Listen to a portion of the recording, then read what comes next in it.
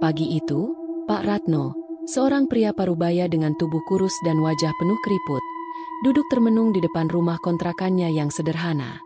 Ia baru saja kehilangan pekerjaan lama sebagai buruh serabutan di pasar, karena usianya yang semakin tua dan tenaganya yang tak sekuat dulu. Sudah berhari-hari ia mencari pekerjaan, tetapi keberuntungan belum berpihak kepadanya. Uang semakin menipis, dan ia masih harus menghidupi istrinya yang sakit di rumah. Saat itulah seorang kenalan dari desa sebelah, Pak Darman, datang dan menawarkan sesuatu yang mengejutkan.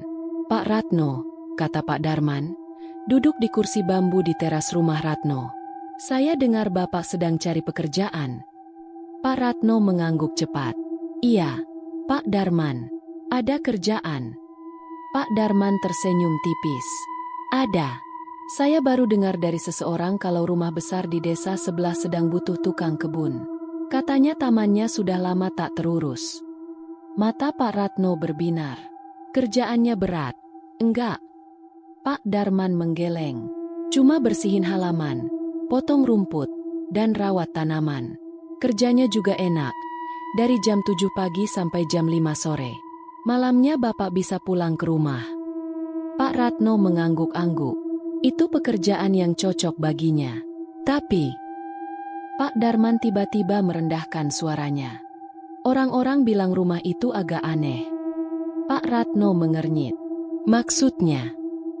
Pak Darman tampak ragu sebelum akhirnya berkata, "Katanya rumah itu terlalu sepi. Padahal besar, tapi jarang ada yang lihat siapapun di sana." Pak Ratno tertawa kecil. "Ah, mungkin majikannya jarang keluar rumah." Pak Darman hanya mengangkat bahu. "Mungkin. Tapi kalau Bapak mau kerja, langsung saja temui Pak Wiryo, pemilik rumahnya. Dia orang tua yang cukup baik, meskipun jarang bergaul dengan warga." Pak Ratno tak berpikir dua kali. Hari itu juga, ia berangkat ke desa sebelah untuk menemui Pak Wiryo. Rumah besar itu berdiri megah di ujung desa, dikelilingi pagar besi tinggi yang mulai berkarat. Halamannya luas, tetapi tampak tak terurus. Rumputnya tumbuh liar, dedaunan kering berserakan di mana-mana, dan pohon-pohon rindang membuat suasana terlihat lebih gelap dari seharusnya. Pak Ratno berdiri di depan gerbang rumah itu, ragu-ragu sebelum akhirnya mengetuk pagar besi. Tok, tok, tok. Hening. Tidak ada jawaban. Pak Ratno mengetuk lagi. Kali ini lebih keras. Tak lama kemudian, terdengar suara langkah perlahan dari dalam rumah. Ceklek, pintu utama terbuka, dan seorang pria tua muncul dari dalam rumah. Pak Wiryo. Ia tinggi, kurus, dan berusia sekitar 70-an. Rambutnya sudah memutih, dan wajahnya penuh keriput. Namun, yang paling mencolok adalah matanya. Tatapannya kosong, seperti seseorang yang sudah terlalu lama hidup sendirian. Pak Wiryo berjalan dengan langkah tenang namun kaku, lalu berhenti di depan gerbang dan menatap Pak Ratno dengan ekspresi yang sulit ditebak. "Bapak siapa?" tanyanya. Suaranya dalam dan serak. Pak Ratno tersenyum, berusaha tetap sopan. "Saya Ratno, Pak. Saya dengar Bapak butuh tukang kebun." Pak Wiryo terdiam beberapa detik, seolah sedang berpikir keras. Lalu, akhirnya, ia mengangguk. "Benar, kebun di rumah ini sudah lama tak terurus." Pak Ratno menelan ludah. "Kalau Bapak berkenan, saya bisa mulai bekerja hari ini." Pak Wiryo menatapnya lama, sebelum akhirnya berkata, "Baik, datanglah setiap hari jam 7 pagi, pulang jam 5 sore." Pak Ratno mengangguk cepat. "Baik, Pak." Namun sebelum Pak Ratno bisa bertanya lebih jauh, Pak Wiryo berjalan kembali ke dalam rumah, meninggalkan pintu gerbang terbuka. Pak Ratno menghela napas dan melangkah masuk. Pekerjaan barunya baru saja dimulai. Hari pertama bekerja, Pak Ratno langsung menyingsingkan lengan bajunya dan mulai membersihkan halaman yang penuh dengan dedaunan kering. Namun, sejak awal, ada sesuatu yang terasa janggal. Rumah ini terlalu sepi. Meskipun Pak Wiryo bilang ia tinggal sendirian, rumah sebesar ini seharusnya tidak sesunyi ini. Tidak ada suara televisi, tidak ada suara radio, tidak ada suara piring atau gelas yang beradu dari dapur. Bahkan suara burung pun hampir tidak terdengar di halaman ini. Hanya ada suara angin yang bertiup pelan, menggoyangkan pepohonan tinggi di sekeliling rumah. Pak Ratno mencoba mengabaikannya dan terus bekerja. Namun, saat ia sedang memotong rumput di dekat jendela ruang tamu, ia merasa ada yang mengawasinya dari dalam rumah. Pak Ratno berhenti bekerja sejenak, mengangkat wajahnya, dan menatap ke jendela besar di lantai 2. Dari sudut matanya, ia merasa ada seseorang yang berdiri di balik tirai tipis, mengamati dirinya dari atas. Namun, saat ia menatap langsung ke jendela itu, tidak ada siapa-siapa. Pak Ratno mengernyit, lalu mencoba mengabaikan perasaannya. "Ah, mungkin cuma perasaanku saja," gumamnya. Ia kembali bekerja, tetapi selama berjam-jam berikutnya, perasaan itu tidak pernah hilang. Seolah ada mata yang selalu mengintai dirinya dari dalam rumah. Saat sore mulai menjelang, Pak Ratno mulai membereskan peralatannya. Pak Wiryo muncul dari dalam rumah, masih dengan ekspresi tanpa emosi seperti sebelumnya. "Bagaimana pekerjaannya?" tanyanya singkat. Pak Ratno mengangguk. "Lumayan, Pak. Masih banyak yang harus dirapikan, tapi besok saya lanjut lagi." Pak Wiryo hanya mengangguk, lalu berkata, "Ingat, Ratno, pulang jam 5 sore. Jangan pernah tinggal lebih lama dari itu." Pak Ratno sedikit bingung, tetapi ia hanya mengangguk. Sebelum pergi, ia menoleh sekali lagi ke arah rumah besar itu. Matahari mulai tenggelam, dan cahaya jingga memantulkan siluet rumah di tanah yang berdebu.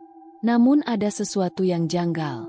Di lantai 2, di balik tirai jendela yang tadi pagi ia lihat, tirai itu kini sedikit terbuka.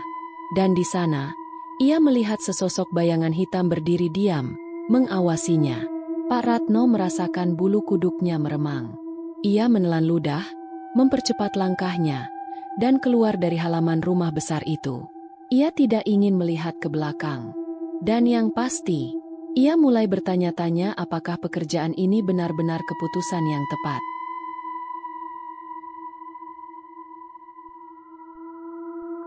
Hari kedua Pak Ratno bekerja di rumah besar itu.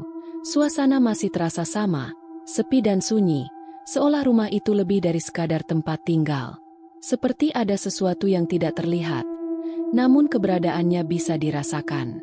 Pak Ratno mulai bekerja di halaman belakang, membersihkan daun-daun kering yang menumpuk. Pohon-pohon tua di sekitar halaman menjulang tinggi, menciptakan bayangan panjang yang membuat suasana terasa lebih kelam.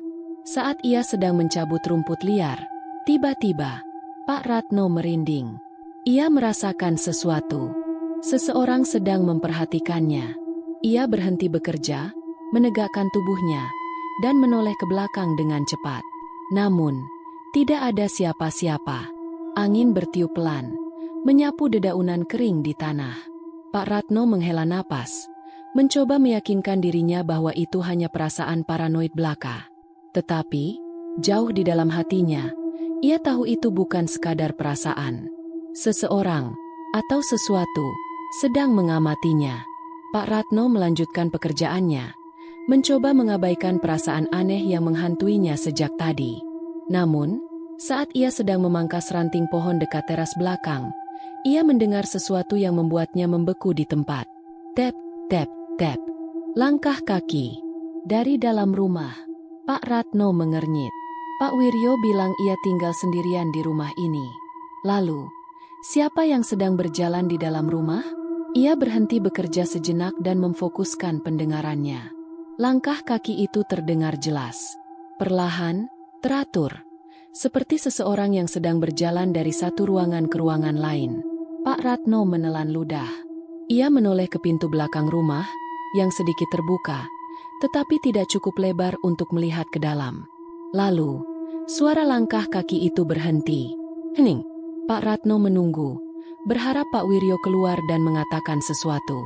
Namun, tidak ada suara lagi. Dengan perasaan tidak nyaman, ia melanjutkan pekerjaannya.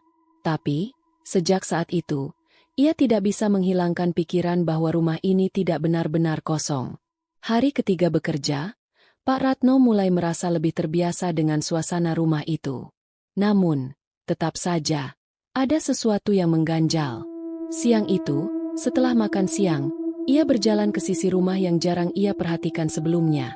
Bagian kiri rumah, di mana terdapat deretan jendela besar yang menghadap ke taman.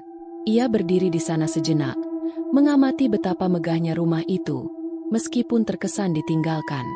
Namun, saat ia mengangkat wajahnya dan melihat ke lantai 2, jantungnya hampir berhenti berdetak. Di salah satu jendela lantai 2, ia melihat bayangan seseorang melintas cepat di balik tirai putih.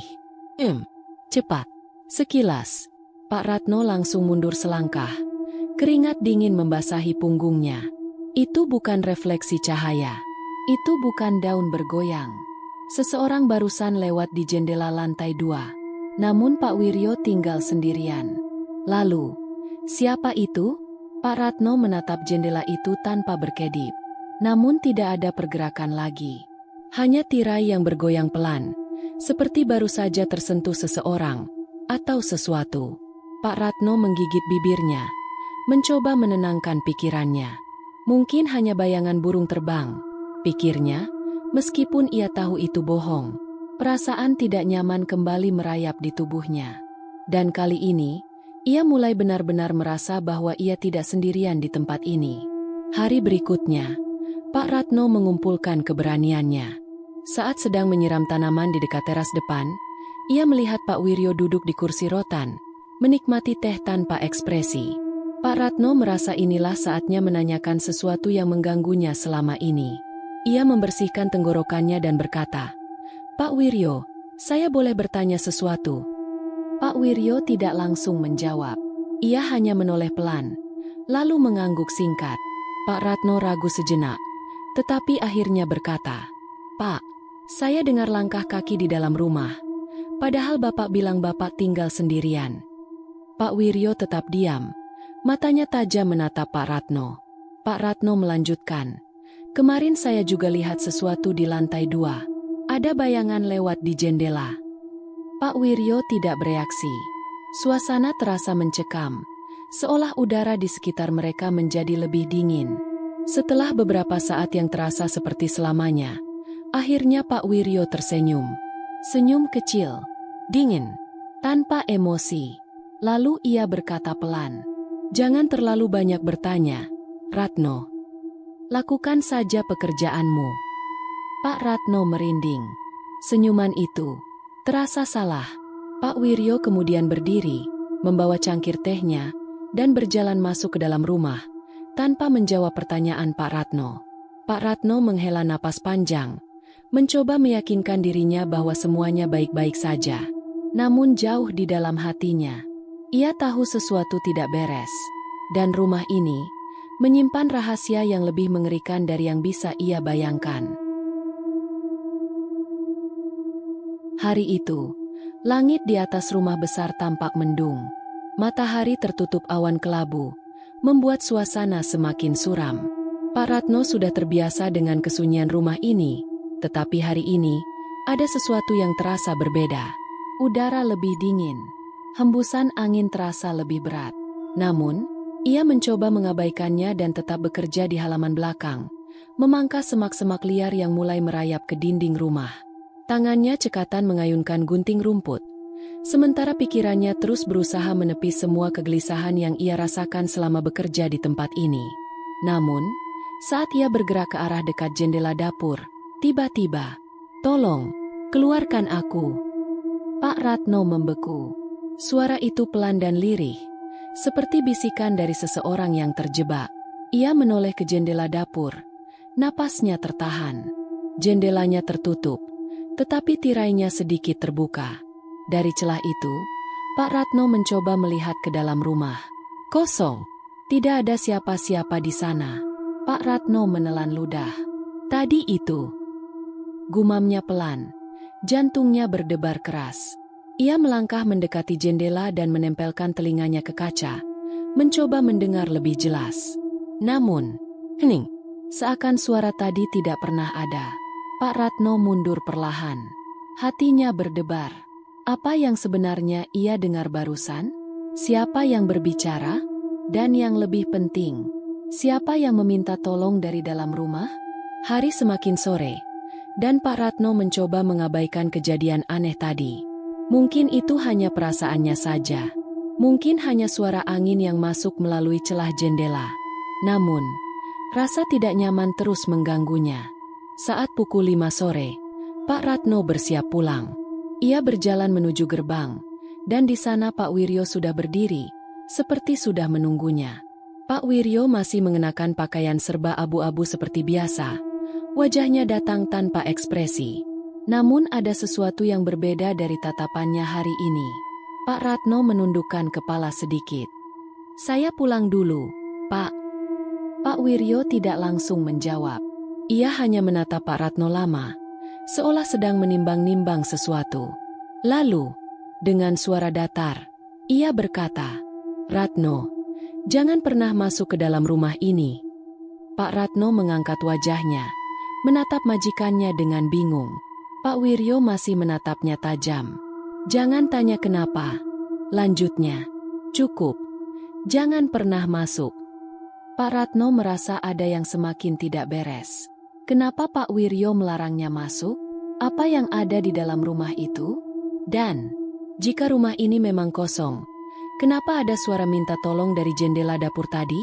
Pak Ratno ingin bertanya, tetapi entah kenapa lidahnya keluh. Suara Pak Wiryo terlalu tegas, bukan ancaman, tetapi juga bukan permintaan biasa. Seakan ada sesuatu yang benar-benar mengerikan di dalam rumah ini.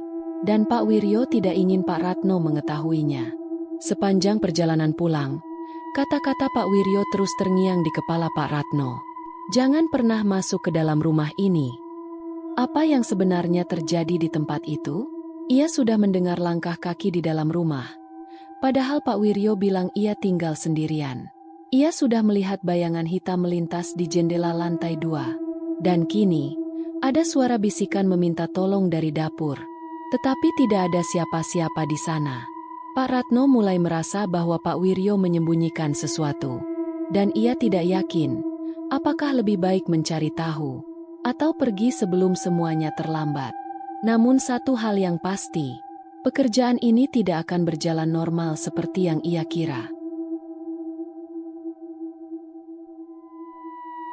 Keesokan paginya, Pak Ratno kembali bekerja di rumah besar itu. Ia masih tidak bisa menghilangkan suara bisikan yang ia dengar dari jendela dapur kemarin. Kata-kata Pak Wiryo yang melarangnya masuk ke dalam rumah juga masih menghantuinya. Namun, ia mencoba berpikir positif. "Mungkin aku cuma terlalu banyak berpikir," gumamnya.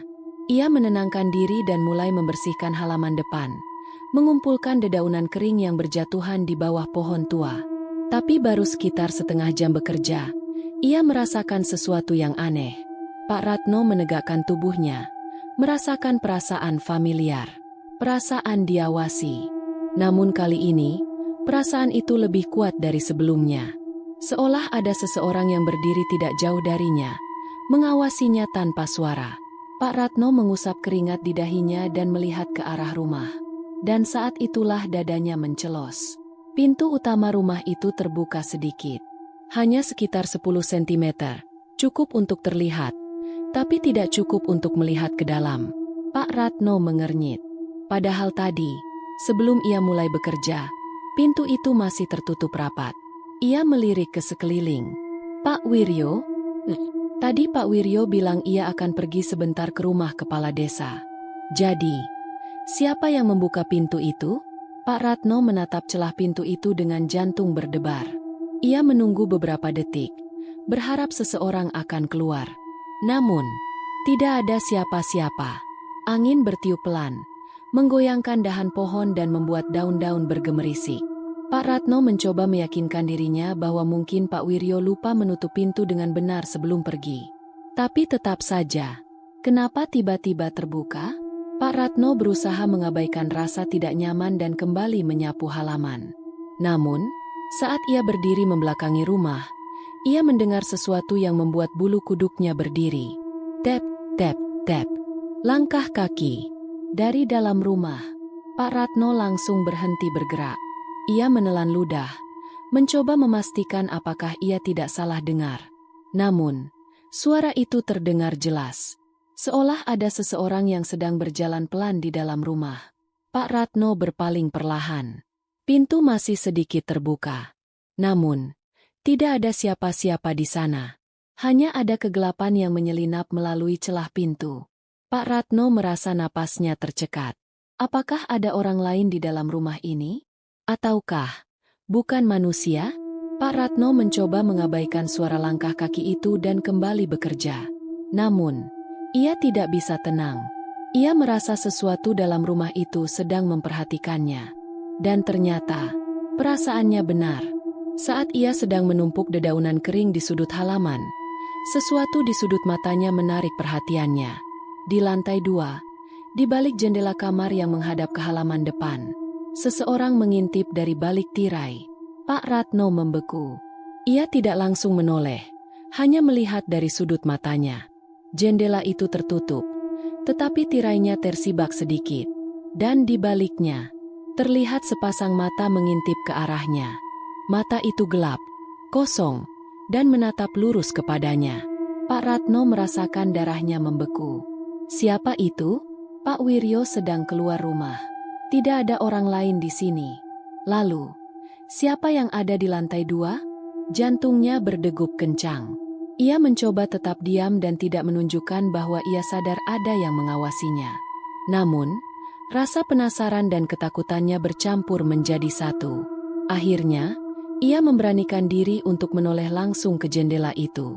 Dan saat ia menoleh, sosok itu menghilang. Tirai yang tadi tersibak langsung jatuh menutupi kaca kembali. Seolah tidak ada siapa-siapa di sana. Pak Ratno merasa tubuhnya melemas. Ia tahu ini bukan hanya imajinasinya. Ada sesuatu di dalam rumah itu. Sesuatu yang tidak terlihat, tapi nyata. Dan sesuatu itu sedang mengawasinya. Pak Ratno tidak ingin berada di sana lebih lama. Ia memutuskan untuk menyelesaikan pekerjaannya dengan cepat dan segera pulang. Namun, saat ia hendak meninggalkan halaman, tiba-tiba, bruak! Pintu utama yang tadi terbuka sedikit, menutup sendiri dengan keras. Pak Ratno terlompat kaget. Jantungnya berdegup kencang saat suara pintu yang membanting itu bergema di seluruh halaman. Ia menatap rumah itu dengan mata lebar, menunggu apakah ada yang keluar. Namun tidak ada siapa-siapa. Hanya pintu yang kini tertutup rapat, seolah tak pernah terbuka sebelumnya. Pak Ratno merasakan keringat dingin membasahi punggungnya. Sudah cukup. Ia memutuskan pergi dengan langkah cepat, tak lagi peduli dengan pekerjaannya hari itu. Saat ia melangkah menjauh dari rumah besar itu, di balik jendela lantai 2, di antara tirai yang sedikit tersingkap, seseorang masih mengawasinya pergi. Malam itu, Pak Ratno tidak bisa tidur nyenyak. Tubuhnya lelah setelah bekerja seharian di rumah besar itu, tetapi pikirannya terus dipenuhi bayangan mengerikan. Pintu yang terbuka sendiri, langkah kaki yang tidak terlihat, sosok di balik tirai jendela lantai 2. Semua itu terus menghantui pikirannya. Saat akhirnya ia tertidur, mimpi buruk mulai menghampirinya. Dalam mimpinya, Pak Ratno berdiri di depan rumah besar itu, persis seperti saat ia pertama kali datang. Namun, ada sesuatu yang berbeda. Langit di atasnya gelap, dan udara terasa lebih dingin dan berat. Pintu rumah yang biasanya tertutup kini terbuka lebar, mengundang Pak Ratno untuk masuk. Ia tidak bisa mengendalikan tubuhnya. Kakinya melangkah sendiri, masuk ke dalam rumah. Di ruang tamu, ia melihat Pak Wiryo sedang duduk di kursi tua dengan posisi membelakanginya. Ruangan itu gelap dan sunyi, hanya diterangi oleh cahaya remang-remang dari lampu gantung yang berkedip lemah. Pak Wiryo. Pak Ratno mencoba berbicara, tetapi suaranya nyaris tidak terdengar. Perlahan, Pak Wiryo mulai berbalik, dan saat wajahnya terlihat, Pak Ratno ingin menjerit, tetapi suara seolah tercekik di tenggorokannya. Pak Wiryo bukan lagi manusia. Tubuhnya membusuk, kulitnya hitam kehijauan, mengelupas di beberapa bagian, memperlihatkan daging yang membusuk dan tulang yang menyembul. Matanya kosong, hitam pekat seperti lubang tanpa dasar. Dan bibirnya tersenyum lebar, tapi bukan senyum manusia. Senyum kematian. Lalu, dengan suara serak yang mengerikan, ia berkata, Kenapa kamu masih di sini? Ratno. Pak Ratno terbangun dengan terengah-engah. Tubuhnya dibanjiri keringat dingin. Matanya melirik ke sekeliling kamar yang gelap. Ia masih di rumahnya. Itu hanya mimpi. Tapi kenapa terasa begitu nyata? Dadanya masih berdegup kencang. Tangannya gemetar saat ia mengusap wajahnya. Ia tidak pernah bermimpi seburuk ini sebelumnya. Dan firasatnya mengatakan, mimpi itu bukan sekadar mimpi. Ada sesuatu yang ingin memberinya peringatan. Keesokan paginya, Pak Ratno tidak langsung pergi ke rumah besar itu. Sebaliknya, ia memutuskan untuk bertanya kepada warga desa. Ada sesuatu yang tidak beres dengan tempat itu, dan ia ingin tahu apa yang sebenarnya terjadi di sana. Namun, saat ia mulai bertanya, semua orang diam. Warga yang enggan bicara. Pak Ratno pertama-tama menemui Bu Sarmi, seorang pedagang sayur tua yang sering berjualan di pasar desa. Bu Sarmi, katanya pelan, saya mau tanya soal rumah besar di ujung desa. Bu Sarmi yang tadinya sedang mengatur sayurannya langsung berhenti bergerak. Tatapan matanya berubah tegang, dan ia menoleh ke kanan kiri seolah takut ada yang mendengar. Loh, Pak Ratno kerja di sana? Tanyanya dengan suara lirih. Pak Ratno mengangguk. Iya, sudah beberapa hari. Bu Sarmi menggigit bibirnya. Sebaiknya, jangan terlalu lama di sana, Pak. Pak Ratno mengernyit. Maksudnya? Bu Sarmi tidak menjawab, hanya menggeleng pelan. Pak Ratno semakin penasaran. Ia lalu mencoba bertanya kepada Pak Kasim, seorang petani tua yang biasa lewat di depan rumah besar itu. Pak Kasim, Bapak tahu sesuatu soal rumah besar itu? Pak Kasim, yang biasanya ramah, mendadak diam. Ia hanya menatap Pak Ratno dengan wajah penuh kekhawatiran, lalu berkata pelan, jangan tanya, Nak, lupakan saja. Pak Ratno semakin curiga. Kenapa semua orang enggan membahas rumah itu? Apa yang mereka sembunyikan? Saat Pak Ratno hampir menyerah mencari jawaban, seorang lelaki tua yang duduk di balai desa memanggilnya.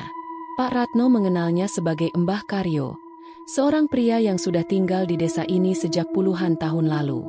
Mbah Karyo menatapnya lama sebelum berbicara. Kamu kerja di rumah itu, Ratno? Pak Ratno mengangguk. Iya, Mbah. Mbah Karyo mendesah panjang. Wajahnya dipenuhi ekspresi kesedihan dan ketakutan. Kamu harus pergi dari sana, katanya lirih. Pak Ratno merinding. Kenapa, Mbah? Apa yang terjadi dengan rumah itu? Mbah Karyo menatapnya dalam-dalam, lalu berbisik dengan suara rendah. Pergilah sebelum terlambat. Pak Ratno merasa tengkuknya meremang. Ia ingin bertanya lebih lanjut, tetapi Mbah Karyo hanya menggelengkan kepala dan menunduk, menolak bicara lebih jauh. Pak Ratno terdiam. Peringatan itu terdengar seperti ancaman. Namun yang lebih menakutkan adalah, Mbah Karyo terlihat seperti seseorang yang pernah melihat sesuatu yang mengerikan. Dan kini, Pak Ratno mulai bertanya-tanya, apakah ia benar-benar ingin mengetahui jawabannya? Pak Ratno kembali bekerja di rumah besar itu, meskipun perasaan tidak nyaman semakin kuat sejak peringatan dari Mbah Karyo. Pagi itu, ia memutuskan untuk membersihkan halaman belakang, di mana semak-semak liar sudah mulai merambat ke dinding rumah. Saat ia sedang mencabut gulma di dekat pagar belakang, sesuatu membuatnya merinding. Perasaan itu datang lagi. Perasaan diawasi. Jantungnya berdegup lebih cepat.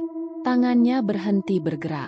Perlahan, ia mengangkat kepalanya dan menatap ke atas, ke arah balkon lantai 2. Dan saat itulah ia melihatnya. Seseorang berdiri di sana. Pak Ratno membeku di tempatnya. Di balkon lantai 2, berdiri sosok seorang pria. Tapi itu bukan Pak Wiryo. Wajah sosok itu sangat pucat, nyaris seperti mayat. Matanya hitam pekat, seperti dua lubang tanpa dasar. Ia diam saja, hanya menatap lurus ke arah Pak Ratno. Dingin, tanpa ekspresi. Pak Ratno ingin berteriak, tetapi tenggorokannya terasa terkunci. Tangannya mulai gemetar, tetapi ia tidak bisa berpaling dari sosok itu.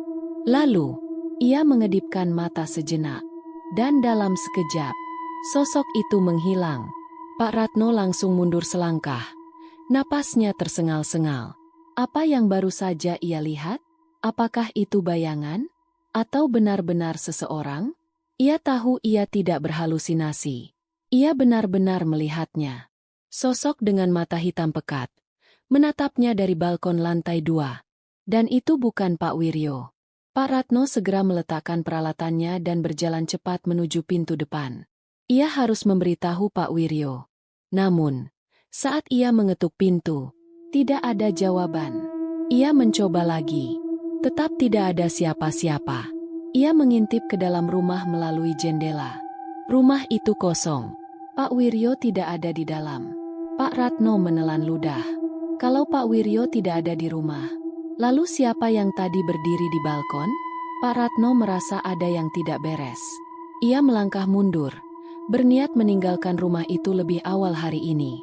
Namun, saat ia baru saja berbalik, hahaha, Pak Ratno langsung berhenti. Jantungnya berdegup kencang. Seseorang tertawa dari dalam rumah. Tertawa pelan. Suara serak dan dingin. Pak Ratno berbalik lagi ke arah rumah. Matanya menatap pintu yang masih tertutup rapat. Hahaha, hahaha. Suara itu semakin jelas. Seperti seseorang sedang berdiri di balik pintu, tertawa pelan dan menyeramkan. Pak Ratno merasakan kakinya melemas. Rumah ini kosong. Pak Wiryo tidak ada di sini. Lalu, siapa yang tertawa di dalam rumah? Pak Ratno merasa tubuhnya dingin. Ia tidak bisa berpikir jernih lagi. Yang ia tahu hanyalah satu hal. Ia harus pergi dari sini. Pak Ratno tidak bisa lagi mengabaikan firasat buruknya. Setiap hari bekerja di rumah ini, ia selalu mengalami kejadian aneh dan tak masuk akal. Pintu yang terbuka sendiri, langkah kaki yang tak terlihat, bayangan di jendela, dan suara tawa misterius dari dalam rumah. Tapi kejadian pagi tadi, saat ia melihat sosok bermata hitam di balkon lantai 2, benar-benar menghabiskan batas kesabarannya. Hari ini, ia memutuskan untuk berhenti bekerja. Ia tidak peduli dengan gaji yang ditawarkan. Ia tidak peduli apakah Pak Wiryo akan kecewa. Yang ia tahu, ia harus keluar dari rumah ini sebelum sesuatu yang lebih buruk terjadi. Saat sore menjelang, Pak Ratno akhirnya melihat Pak Wiryo kembali ke rumah. Lelaki tua itu datang dengan langkah tenang seperti biasa, membawa tas kecil di tangannya. Pak Ratno menunggu di depan rumah, menahan kegelisahan di dadanya. Begitu Pak Wiryo tiba, ia langsung berkata, "Pak, saya ingin berpamitan." Pak Wiryo mengangkat alisnya perlahan. "Kamu mau berhenti?" Tanyanya dengan suara tenang namun datar. Pak Ratno mengangguk cepat. "Iya, Pak. Saya merasa kurang cocok bekerja di sini." Pak Wiryo diam sejenak. Ia menatap Pak Ratno dengan ekspresi kosong, seolah sedang mempelajari sesuatu. Lalu, tiba-tiba, ia tersenyum. Tapi senyum itu terasa salah. Senyuman dingin, tidak seperti milik manusia biasa. Dan dengan suara pelan, ia berkata, "Jangan khawatir, Ratno. Kamu akan segera menjadi bagian dari rumah ini." Pak Ratno merinding mendengar kata-kata itu. Jantungnya berdetak lebih cepat. Tetapi ia menahan diri agar tidak menunjukkan ketakutannya. Ia buru-buru membungkuk dan berkata, "Kalau begitu, saya pamit sekarang, Pak." Tanpa menunggu jawaban, ia berbalik dan berjalan cepat menuju gerbang. Namun, saat ia baru beberapa langkah pergi, sesuatu menghentikannya. Hiks, hiks, hiks. Pak Ratno terhenti. Dari dalam rumah, terdengar suara tangisan pelan. Tangisan seorang perempuan. Pak Ratno mengerutkan keningnya. Ia berbalik, menatap rumah itu dengan perasaan aneh. Siapa yang menangis? Selama ini, ia tidak pernah melihat siapapun di rumah ini selain Pak Wiryo. Dan sekarang, ada suara tangisan? Perlahan, Pak Ratno menoleh ke arah pintu rumah. Dan saat itulah ia melihatnya. Pak Wiryo berdiri di ambang pintu, menatapnya. Namun ada sesuatu yang sangat salah. Matanya, hitam pekat, seperti lubang kosong yang menyedot cahaya di sekitarnya. Tubuhnya tampak kaku, dengan ekspresi tidak manusiawi. Pak Ratno merasa tubuhnya membeku di tempat. Tenggorokannya terasa kering, kakinya terasa berat seperti batu. Lalu, dengan suara serak dan mengerikan, Pak Wiryo berkata, "Jangan pergi, Ratno." Pak Ratno terbelalak, tubuhnya merinding hebat. Suara itu bukan suara manusia. Ada sesuatu yang berada di dalam Pak Wiryo. Dan saat itu juga, semuanya berubah. Udara menjadi dingin menusuk. Daun-daun kering berterbangan tanpa angin. Dari dalam rumah, terdengar suara langkah kaki dan bisikan samar, seperti banyak orang yang sedang berbicara pelan-pelan. Pak Ratno merasakan ketakutan yang belum pernah ia rasakan sebelumnya. Ia harus lari. Sekarang juga. Pak Ratno tidak menunggu lebih lama. Begitu ia melihat mata hitam kosong Pak Wiryo dan mendengar suaranya yang tidak lagi seperti manusia, ia langsung berbalik dan berlari secepat mungkin meninggalkan rumah itu. Jantungnya berdetak kencang, tubuhnya dipenuhi adrenalin dan ketakutan. Ia tidak berani menoleh ke belakang. Ia tidak ingin melihat apapun yang mungkin mengejarnya. Yang ia tahu hanyalah ia harus pergi sejauh mungkin dari rumah itu. Namun, setelah berlari beberapa meter, Pak Ratno mulai merasakan sesuatu yang aneh. Jalan desa yang seharusnya dekat terasa semakin jauh. Pak Ratno menyusuri jalan setapak berbatu yang mengarah ke desa. Biasanya, hanya butuh beberapa menit untuk mencapai rumah-rumah warga. Namun, kali ini, jalan itu terasa tidak berujung. Ia sudah berlari sekian lama, tetapi tetap saja, ia masih berada di sekitar rumah itu.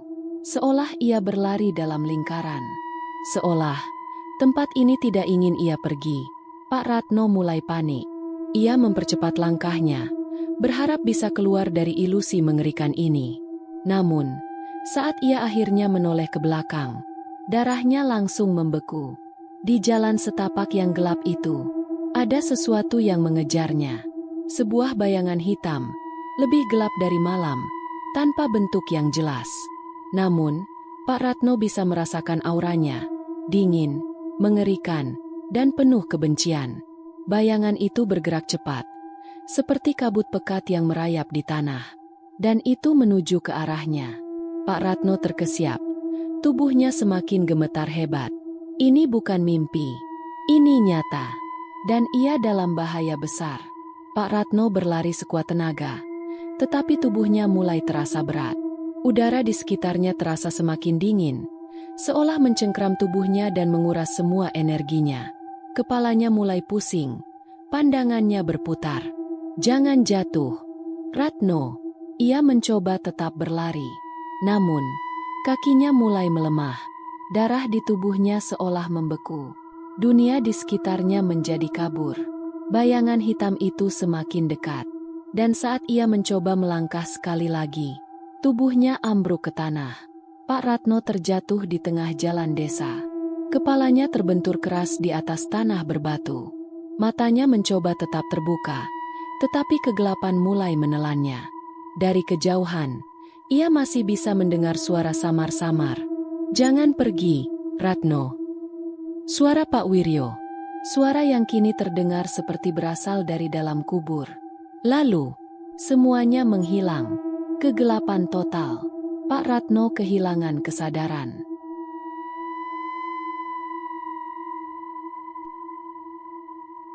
Pagi itu, udara desa terasa dingin, meskipun matahari sudah mulai muncul dari balik pepohonan. Beberapa warga desa sedang beraktivitas seperti biasa, menyapu halaman, memberi makan ternak, atau berbincang di warung kopi. Namun, tiba-tiba, seorang ibu berteriak kaget di jalan utama desa. "Weh, itu Pak Ratno." Semua orang menoleh. Dan di sanalah Pak Ratno berjalan pelan. Tubuhnya gemetar hebat, wajahnya kosong tanpa ekspresi. Langkahnya goyah, seperti orang yang tidak sadar sedang berjalan. Pakaiannya kusut dan kotor, penuh debu dan tanah, seolah ia baru saja keluar dari tempat yang sangat kotor dan gelap. Orang-orang mulai berkumpul di sekelilingnya, bingung dan khawatir. "Pak Ratno," teriak Pak Darman, mencoba mendekatinya. Namun Pak Ratno tidak menjawab. Matanya kosong, wajahnya pucat seperti tidak ada darah yang mengalir. Seolah rohnya sudah separuh keluar dari tubuhnya. Pak Kasim, petani tua yang sering melihat Pak Ratno bekerja di rumah besar itu, mencoba mengguncang bahunya. "Pak Ratno, sadar, Pak, sampean kenapa?" Pak Ratno berhenti melangkah, tetapi matanya masih menatap lurus ke depan. Mulutnya bergerak lambat, suaranya serak dan hampir tak terdengar. "Ya." Ia menelan ludah, lalu akhirnya bisa mengeluarkan kata-kata.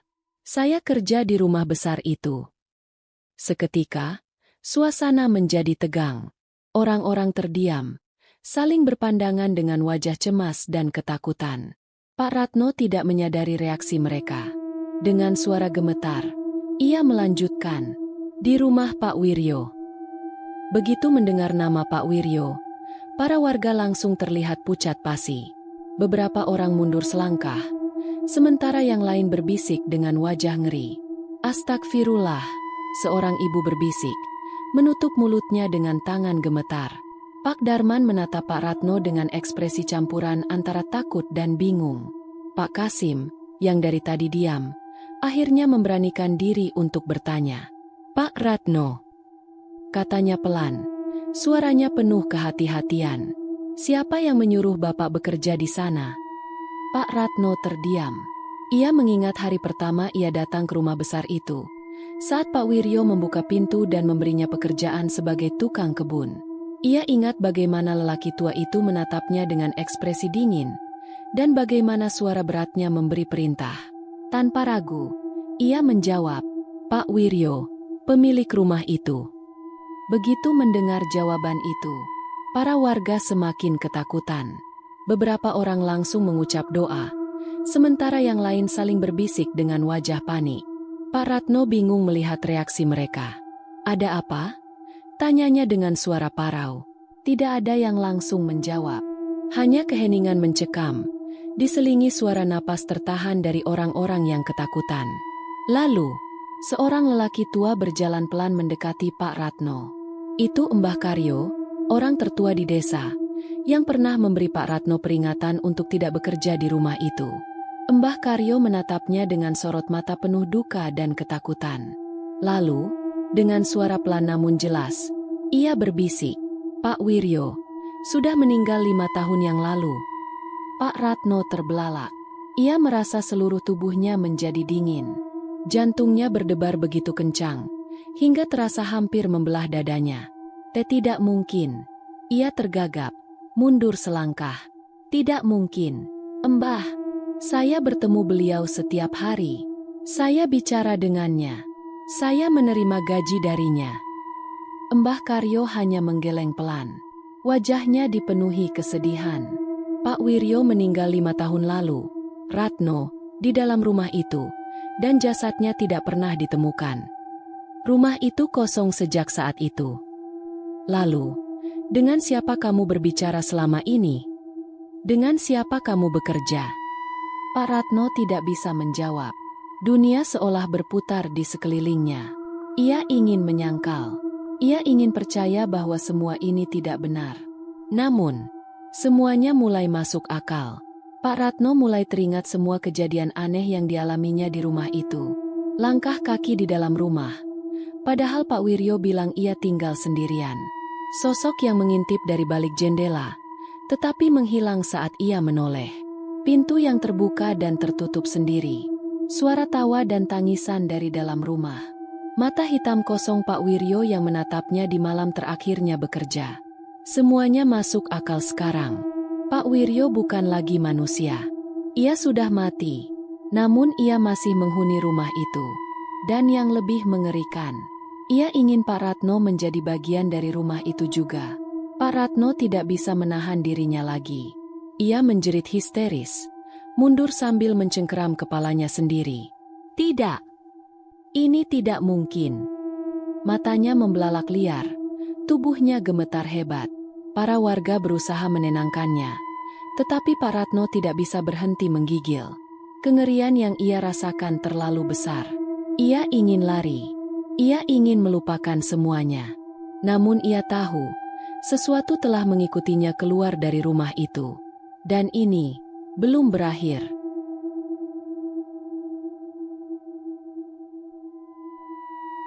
Pak Ratno terdiam di tempatnya. Tubuhnya terasa kaku, napasnya terputus-putus, dan kepalanya berputar dengan berbagai pikiran yang tak masuk akal. Pak Wiryo sudah meninggal 5 tahun yang lalu? Tidak mungkin. Itu tidak masuk akal. Selama ini, ia berbicara dengan Pak Wiryo setiap hari. Ia menerima perintah, gaji, dan bahkan pernah melihatnya minum teh di beranda rumah. Tapi jika benar Pak Wiryo sudah lama mati, lalu, siapa yang berbicara dengannya selama ini? Siapa yang menyuruhnya bekerja? Siapa yang menatapnya dengan mata hitam kosong di malam terakhirnya di rumah itu? Pak Ratno tidak bisa menjawab. Namun, dalam hatinya, ia tahu bahwa sesuatu telah menipunya selama ini. Mbah Karyo akhirnya berbicara kembali. Suaranya penuh kesedihan dan ketakutan. 5 tahun lalu, katanya pelan, Pak Wiryo ditemukan mati terkunci di dalam rumah itu. Pak Ratno mengerjap. Tubuhnya semakin merinding. Warga sudah curiga karena ia tidak pernah terlihat keluar rumah selama berminggu-minggu. Saat akhirnya beberapa orang memberanikan diri masuk, mereka menemukan rumah itu dalam keadaan berantakan. Suara Mbah Karyo bergetar, seperti mengingat sesuatu yang ingin ia lupakan. Tapi, jenazah Pak Wiryo tidak pernah ditemukan. Pak Ratno terbelalak. Tidak ditemukan. Mbah Karyo mengangguk pelan, seolah ia menghilang begitu saja di dalam rumah itu. Pak Ratno merasakan tengkuknya meremang. Ia teringat sesuatu. Hari pertama ia bekerja, Pak Wiryo melarangnya masuk ke dalam rumah. Apakah itu karena Pak Wiryo yang sebenarnya sudah tidak ada di sana?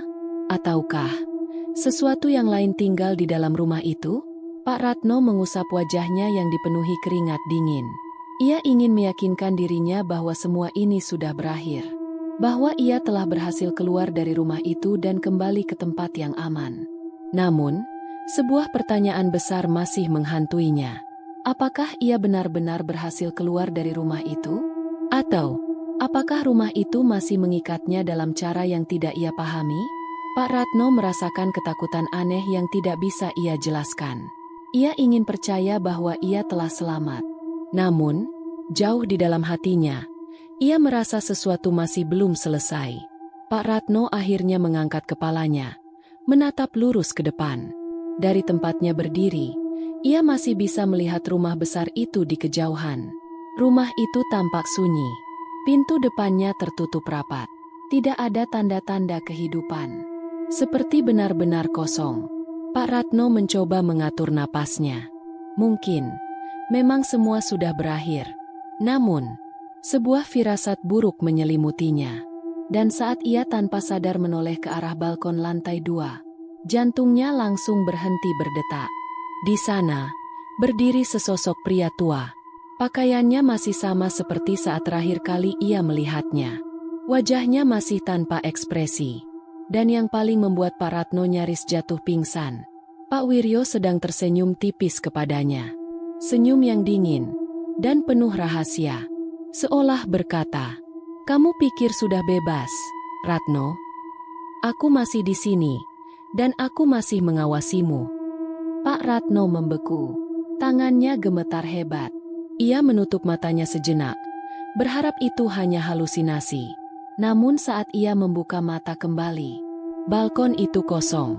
Pak Wiryo sudah menghilang. Namun, dalam hatinya, Pak Ratno tahu, Pak Wiryo belum pergi. Dan rumah itu masih menunggu korban berikutnya.